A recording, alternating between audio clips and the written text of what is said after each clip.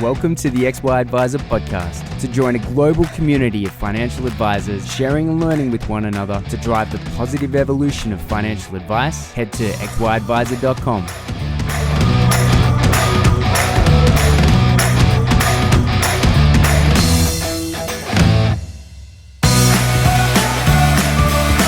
Both Zurich and Onepath life insurance offerings deliver the broadest range of offerings in the market with a combined 4 distinct solutions on offer to better serve all Australians. At Zurich and Onepath, we believe in the value of advice and the professionals who provide it. This means investing in more ways to help your clients and making it easier for you to do business with us. To find out more about how we can help you and your clients, contact your Zurich and Onepath Life or Zurich Investments representative today.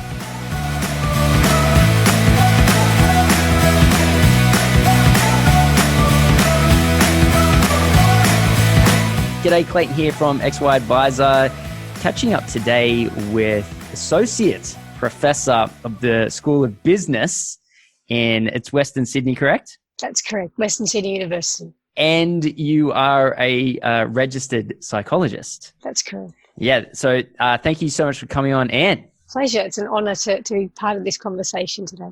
Awesome. So we were discussing before we started, we kind of it's a big deal, mental health. It's a very big deal. And it's something that has really, I think, kind of grabbed the world around the throat, so to speak. We've seen it blow out of proportions. I don't think there would be many people who were talking, certainly 20 years ago that would see the level of mental health problems that we're seeing today. And I'm sure you've got some ideas as to why that's occurred, but the segment of society that was really caught unawares was the insurance industry. And the reason is because they have an economic economic repercussion to this increase in mental health. And because a lot of people are taking time off work, a lot of doctors are diagnosing depression, anxiety. Yes. And a lot of these times people are getting, insurance payouts in form of ongoing revenue streams like income protection or large upfront sums such as disability insurance. And it's created almost a Frankenstein's monster where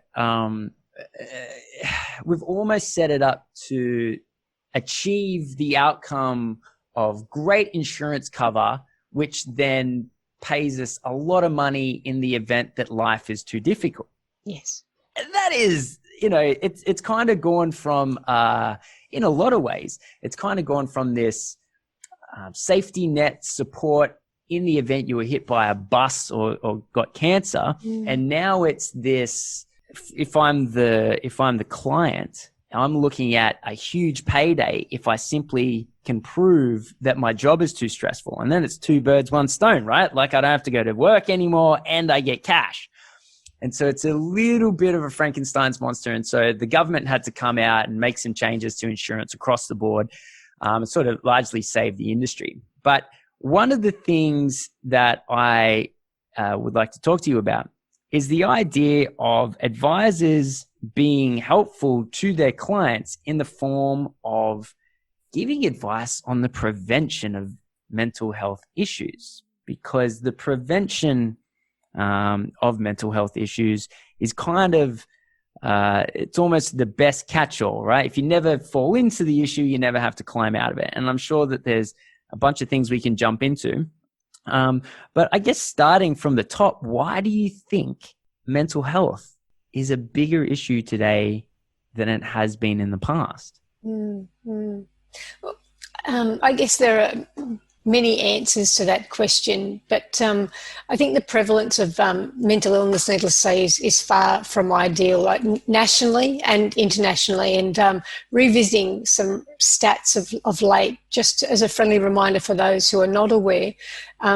For instance, in Australia, 45% of Australians have experienced a mental disorder in their lifetime.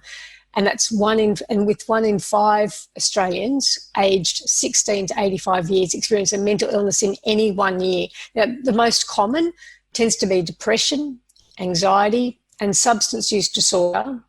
And sometimes these co-occur. So why are they so prevalent? Well, compared to previous decades, we now have better assessment methods. And although many people with mental health issues and their loved ones still experience stigma, there's a growing number of people who are accessing mental health services as well. And there are growing trends as well on demands placed on us. And I think this also exacerbates the rise of mental health issues. We're talking about financial stresses, work-related stresses, family-related stresses, and even the expectations that we place on ourselves. We often find ourselves being stretched in multiple directions. And I think in this very precarious period of COVID-19, for instance, just when we thought we were busy, we're busier, and we're having to transform ourselves to practice our profession online virtually to accommodate the current emergency measures. And often we feel ill-prepared to do this in a timely way. And when we don't feel that we have the resources to do what we're required of us, anxieties can manifest. And although those anxieties may manifest more regularly among those who experience anxiety disorder, for instance, or their mental health issues might become more apparent during these dark periods in life. For those who are at the tipping point, that can push them over, right? So, for instance, you may have had a predisposition for mental health issues, but it was this unforeseen stressor that pushed you over the edge. You know, your drinking patterns might have changed, your sleeping patterns might have changed, your eating patterns may have changed. And these can, if they are unusual for you, these can perhaps give you a heads up that you're not traveling so well. One of the things advisors see as a huge part of their value to their clients. If I was to summarize advice in a sentence, which is always quite difficult, but the way that I see it is to help their clients achieve their experiential, relational, and career goals. Mm-hmm. And obviously that's a large part is financial, and the other large part is psychological. It's that human touch. It's the how much enjoyment the client is getting out of life. Because back in the day, financial planning was all very investment focused, but now it is, hey, what do you want out of life? And then we'll help you achieve those milestones in the short term with your cash flow, in the long term with your assets. And an advisor worth their salt these days doesn't just want a rich client. They want a client that feels fulfilled as well. And it's an interesting situation because although advice has slowly evolved into this, there hasn't been the infrastructure and the qualified training that comes along with it. And so conversations with people like yourself, I find are really helpful because you can maybe give us some ways to think, perhaps provide a bit of framework. And so an advisor who wants to help their client avoid, as you said previously, sometimes we can feel a bit overstretched. And so there's definitely helping clients avoid that pivotal tipping point that you mentioned. And I think advisors are probably far better positioned in that preventative space than we are in that treating and clinician space, purely because of the fact we have no idea what we're doing and we shouldn't be touching it, right? So, but I think the better that we get at that early avoiding our clients overstretching and avoiding walking down the path of mental health issues, what kind of tips, tricks, tactics, tools, conversation methods, how should an advisor approach a client who is feeling, or who we can tell is feeling quite stretched? How do we give advice, and what does that advice look like? I think that's a great question for a number of reasons, but although needless to say, there's no silver bullet, unfortunately, or magic wand, I think compassion and empathy are always great starting points. And I guess what I mean by that is placing yourself in their shoes, if indeed you can, or thinking to yourself, what would you find helpful under their circumstances? What sort of language would you find helpful? What sort of demeanor should I present myself in a way that doesn't trigger defensiveness in the client or be misconstrued as you questioning their competencies and you questioning their capacities? And I think we don't always know, needless to say, but I think starting from a point of compassion can always be a helpful starting point, because at least it might widen your blinkers and enable you to use language that potentially, that broaches a potentially sensitive terrain, lest we, diminish, compromise the established relationship that we have with a client, because that's, I imagine, very difficult to repair once the damage has been done. Yeah. So akin to, I guess, managing, mental health issues, and just, I guess, for clarity, as a registered psychologist, to me, a mental health issue is not necessarily a diagnosable mental illness. And I think that we need to be clear about that. So, what I mean by one that's diagnosable, as determined, let's say, by a qualified doctor or by a mental health professional, but it can reflect, mental health issues can reflect natural ebbs and flows in our well-being. Okay, so these are naturally part of life. We all experience different health issues in our life, and similarly, we all experience different mental health issues in our lives as well. And just like we do not always know when we might feel physically unwell, we don't always know when poor mental health might prevail as well. Because this is akin to physical health, there are myriad factors that contribute to our mental health, our genetic predisposition, what occurred while we were in utero, like, maternal infection, for instance, or what occurred during childbirth. I mean, we have, very few of us have a memory of what transpired during that time, but there could have been some trauma, okay? Wow. And that certainly can be an ingredient to compromise your well-being in later life. Wow. What occurred in your childhood, okay, like poor nutrition, okay, that can compromise your headspace in the longer term. Parental neglect. Now, let's think of adolescence. Were you bullied, for instance, or whether other people's behaviours were perceived as bullying, okay? So, and also there's hormonal changes, might I add, to that mix as well. And then what occurred as we get older as well, where we live, do we have ready access to nutritional food? What are our relationships like as adults with our parents, with our siblings? Are they strained? What's our workplace like? All of these ingredients shape our well-being, and equally they can compromise our mental health. So this is a very broad church, and I guess just for clarity, we're not necessarily just speaking of the mental illness as diagnosable by a qualified clinician. I think it can be helpful to clarify, I guess, what we can do to prevent the likelihood of mental health issues arising, okay? So let's think of our physical health, because we often think about that more often than our mental health. So how do we keep our physical illness at bay, let's say? So we can ensure that we're eating well, that we're resting well, that we're exercising, that we're maintaining wholesome relationships with others in our personal lives and in our professional lives. And if those relationships are strained, moderating them so they don't do our head in, okay? Knowing when it's getting to the state of frustration and angst, but curbing that, nipping that in the bud, recognizing it and managing it, containing it. It's also important that we get to know ourselves better. What works, what does not work. For instance, during this, as I said, this time of COVID-19, some of us, including myself, might feel compelled to constantly listen to the news, and keep abreast of the latest developments. How many individuals have the virus? How many have died? What can I do? What can I not do with, can I spend time with my clients? Do I need to avoid them? Is there a cure? Is there a vaccine?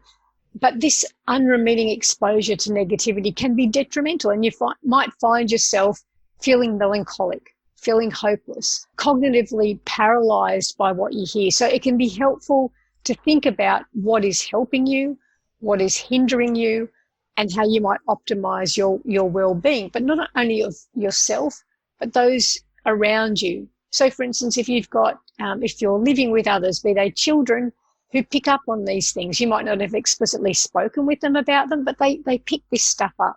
So being mindful of that. How you manage it is obviously up to you, but just to be mindful of the implications associated with your behaviour. And similarly, the discourse that you share with clients. Although most of us are impelled to speak negatively of COVID-19, such negative discourse can be reinforcing the negativity. And negativity begets negativity. And that could indeed be the point of reinforcement that compromises their well-being even further, if that makes sense. So I guess we need to be careful of the words that we craft, how we craft them, and when we share them. So just like negativity begets negativity, positivity can beget positivity. So I'm continually inspired by these pockets of brilliance that I'm seeing in the public domain, particularly online. I mean, and the more I look for them, the more I'm inclined to see them, and the more I share them with colleagues and with friends, people being artistically creative online, people singing from their balconies in Italy, for instance. And it's just amazing to hear and to see that. Now, I'm not suggesting that we become naively Pollyanna-ish, or becoming ignorantly blissful, but rather it's about redressing the imbalance to optimize our well-being. Wow. So from an advisor's point of view then, considering, as you just mentioned, the multivariate nature of how mental health problems can even come about, from our point of view, the conversations that we have with our client are first done in times of high stress, such as COVID, done in a compassionate way, skewed towards the positive. So we're not playing, I guess, and perhaps this is a better way to think of it, rather than advisors being a part of any kind of treatment or preventative plan, perhaps we're best placed in our role to keep the sunny side of life front and center. Perhaps if there is negative news, that we are explaining this in a way that keeps the long-term benefit, the horizon. Yes, the hopefulness. Hopefulness. So we skew our conversations, even our emails, even we're skewing everything towards the positive, so that I guess the beget, one thing begets the other. We just sort of support the positive things that are in our clients' lives. And that, I think, is achievable, especially if it's if it's something that advisors are doing consciously. I mean, there's a natural inclination to do that because you always want your client to be happy. However, we probably occasionally we need to play the role of sort of a bit of an annoying role. It's somewhat of an accountability partner. You don't want, certainly not discipline, but certainly someone that plays, occasionally you're responsible for having the hard conversation with clients. But I guess probably the good thing to pull out of this is in times of heightened stress, in times where people are perhaps on the edge, then even though it might fit in well with our timeline of conversation points to have, we should be picking up on this with our client and perhaps pushing any harder conversations to the side and having a maybe more positive, and that kind of lets advisors off the hook a little bit as well, because the last thing that, especially from a professional point of view, you don't always want to dive deeply into someone's, to go deeper into someone's situation than what's necessary. And something like this, where we're just keeping a conversation skewed towards the positive while things are pretty crazy at the moment, I think that's a really, really good piece of advice. In terms of, may I I guess I'm keen to ensure that I'm not misconstrued or misinterpreted as avoiding the elephants in the room, because that's certainly not what and not that I'm suggesting you've implied that. But just to reinforce the point, this is not about being ignorantly blissful. It is about having those hard conversations, but sometimes those hard conversations are more palatable when you've got that trusting relationship with someone, like the client knows you, they know that your heart is in a good place, and you're having this conversation, this hard conversation, because you legitimately care for them. And when that conversation is founded on positive discourse, that becomes more easier on the ear for the recipient of that sage advice. Yeah, it's an easy thing, I think, for advisors to adapt, and it probably gives some structure and some confirmation of behavior that most advisors are probably doing already, but giving it maybe a little bit more weight to it, which is great. What are some easy suggestions for an advisor to provide to clients if they're finding that their clients are in fact on that stressed out tipping edge? Now, I'm not suggesting we're all going to become hypnotists in our spare time and hold breathing exercises in our room, our meeting rooms, but are there some easy things beyond? Because the more I do this mental health series, it became very clear to me that there is a certain point in time where referring to a psychologist is a great idea. And that's probably not a conversation that advisors have enough between ourselves, is when to hand on to a registered psychologist, right? To a professional. But there might be some things before we get to that stage. Yeah. I'd love to cover that. Completely agree with that. And I think it's about the timing of those conversations. And again, I reinforce the word compassion here, and thinking to yourself, if I was in this really difficult situation, what advice, not only the content of the advice, but the way it's delivered. But also important to me is I'm always reminded of the adage that sometimes the messenger is as important as the message. So, for instance, if you have not yet established that rapport with the client, maybe the advice, the suggestion better offered from another mouthpiece. If indeed the client's well-being is of paramount concern, keen to ensure that it's received by open ears, asking yourself, am I best placed to be offering this advice, or is it somebody else if I don't yet have that rapport? But back to your question about ways to become more aware of, or ways to respond to that. I think in essence it's about being mental health literate. Now, mental health literacy is about having the knowledge, the understanding and the skills to promote mental health and reduce the impact of mental illness. And this includes enhancing your understanding of mental illness, so you might recognise them not only in yourself, but also in others that you love and care about, including your clients. And just to reinforce your point, this doesn't necessarily mean you doing another degree, for instance, to become a qualified mental health professional, but akin to first aid skills, developing mental health first aid skills, for which there are courses, by the way. There are established courses on mental health first aid, enables you to better help yourself and better help other people that you may be concerned about. And as I said, part of this is about knowing yourself as well. What are the early signs that enable you to readily detect that you or someone else might not be traveling so well? Because if it's something affecting you, it may be a telltale sign in other people. Not always, but potentially. So during these moments, asking yourself, what do you find helpful, or conversely unhelpful? And what additional resources might you need? Now, in the first instance, it could be some music, it could be some gentle exercise, or engaging in an inspiring conversation, exercising your creative flair through art. So it's about understanding yourself in the hope that might provide insight as to what might help others as well. And so that you might be able to connect with individuals, be they, in your personal realm or indeed your professional realm, your clients, for instance. So I guess it's about creating a toolbox replete with different tools that are needed on different occasions.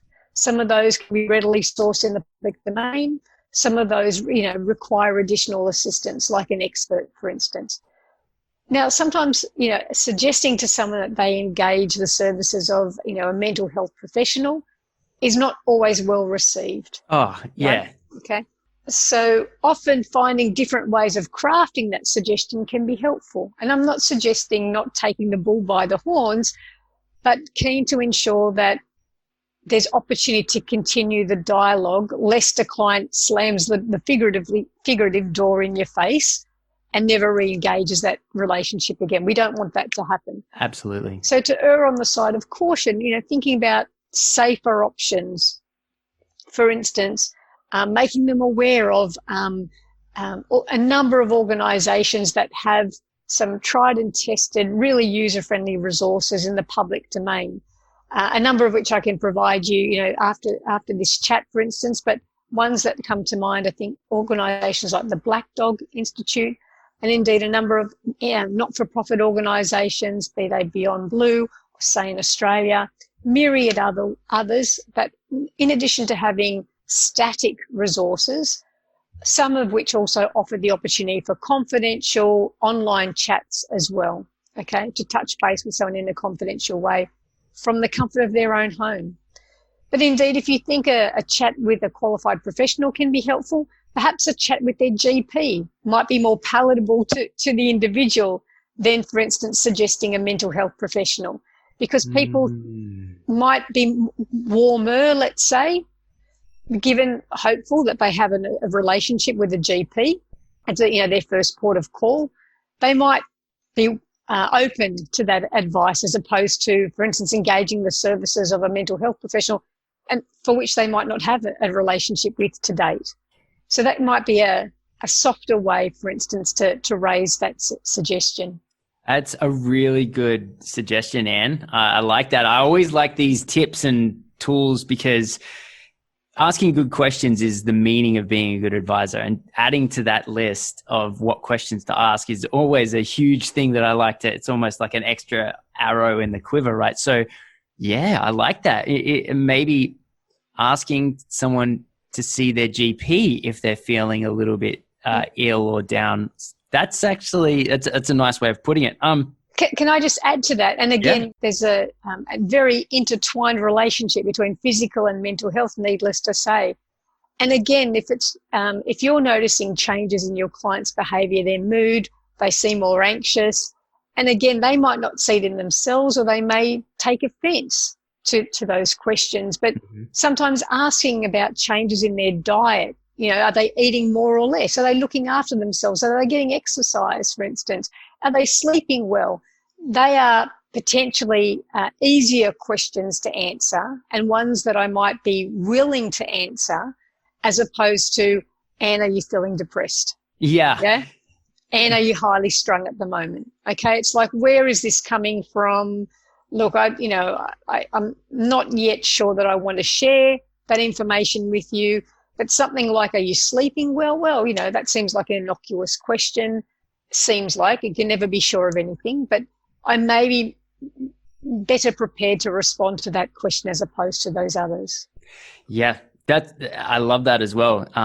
That's really good. One of the things you mentioned was a mental health first aid. Yes. Okay.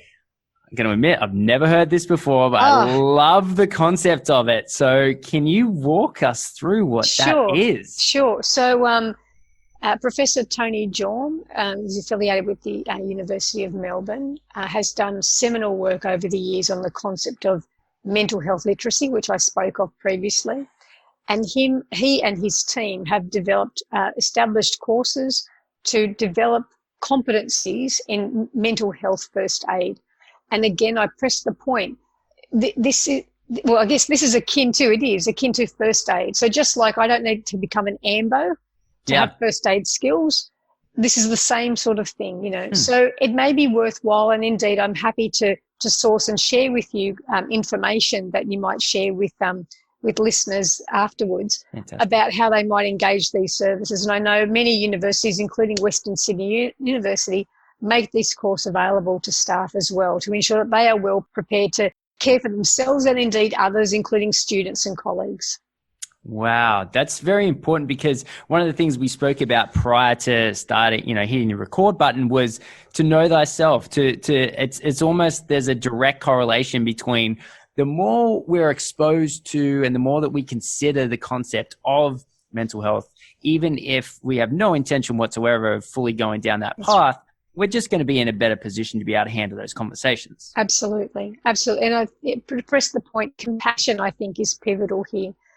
And again, that starting those conversations from a point of positivity, particularly when you're forming that relationship with a client. I'm mindful of this in the context of organisational change, and just being always reminded by studies that I read and the research that I do, the water cooler conversations that colleagues have with each other, the bemoaning of organisational reforms and what's happening in the organisation, despite the legitimacy of them, they're actually concretising those thoughts in our head. Some neurological research is suggesting that those well-trodden paths that we have neurologically stymie our ability to be creative, to be innovative, because the neural paths are established. We have well-trodden paths and not so well-trodden paths.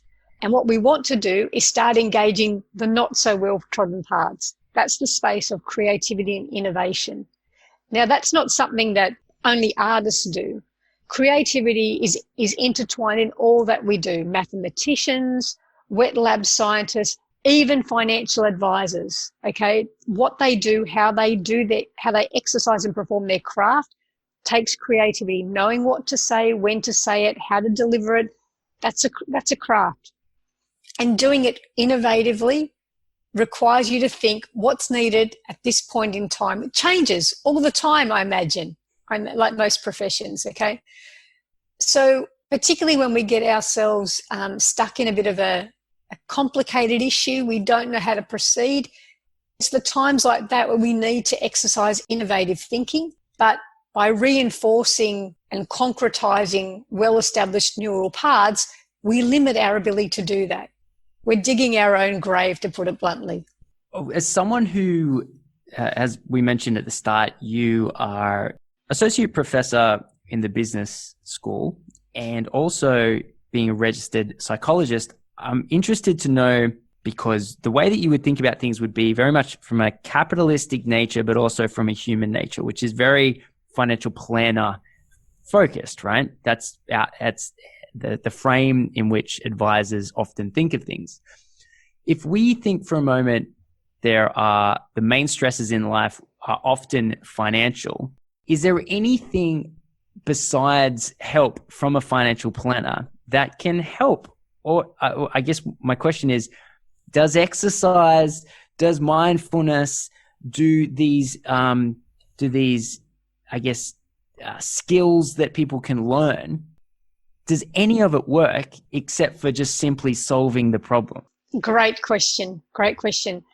In a brief response to your question, it comes down to your perception.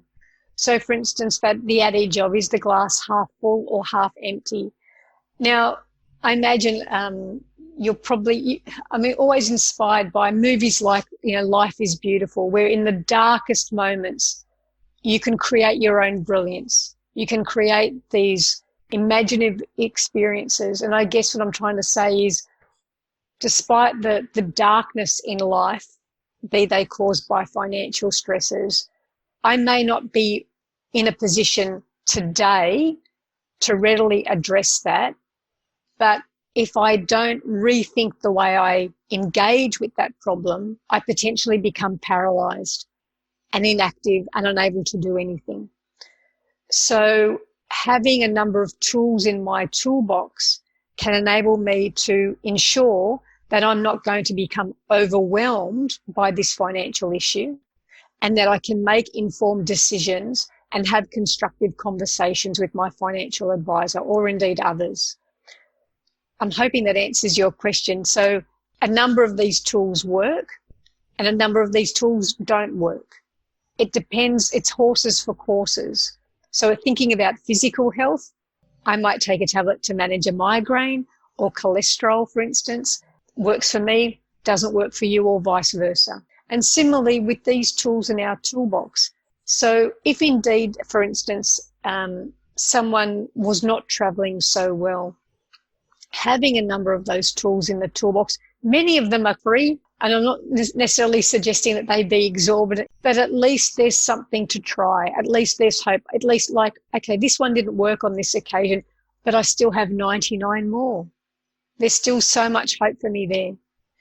And another point I guess I'd like to make is that even if you have engaged the services, or indeed a client has engaged the services of a psychologist / counsellor / psychiatrist, they often have a broad brush. You know, people use a broad brush to think that they're all the same. They're not. But on that note, if a client is dismissing the potential value of a psychologist or a GP or what have you, saying, for instance, as I've often heard, things like, oh, look, I went to one once and it didn't work, or, you know, the advice was really crap, or they just sat there going, you know, I was looking for advice. Akin to a job interview, I think your very first conversation, and this can be a helpful suggestion to clients, for instance, treating the first appointment or indeed the first phone chat like an interview. What do you do? How do you do it? What can I expect when I rock up each week or each appointment? When might I expect to see change? And if there is no change within that time frame, what's plan B? Okay? Because often people rock up to these appointments not really knowing how it's going to unfold, or not having some clarity about what to expect, and just keep rocking up time and time again going, well, nothing's really changing. Well, there was no shared expectation. But I imagine, like good financial advising, there's some planning here. What's our goal, and what are the objectives towards that aspiration? And similarly, thinking about how we access mental health care in a similar way. I really like the question, how long till change is expected, and what happens if nothing changes? That's a great question, I think, even for clients to ask as a financial planner, or potentially as a talking point for advisors to bring up to potential new clients. I think it's it's not a conversation for now, but my God, I'm going to have a think about that process in my mind a little bit more. And I'm not suggesting that, you know, the clinician might readily know that, but at least given their question, right? Given their experiences in terms of, you know, I've been treating X issue over 20 years, 10 years, and thinking about similar circumstances to your own, we may expect to see change in this period, for instance. You know, it could be different, but let's be generous here. Let's give it an extended period. We should expect to see change within this period. And if we don't, then this is our plan B. These are our contingency plans. Yeah, I think that's that's a project management way to view someone's health. I think that's a really good process to have in place for an advisor for our entire service. I think that's actually a really good way to give value up front to a new client. I really like that, Anne. Well, akin to, and just as an analogy, I guess, it's akin to, and I use this because I'm a practical girl and I find it helpful for others, akin to, you know, you rock up to a hairdresser and you get a crap haircut. Seldom do we say, I'm never going to a hairdresser again. Right. We go somewhere else, right? But more often than not, people who have not had the best experience with a mental health professional use a very broad brush to go, well, they're all like that. Well, not necessarily so.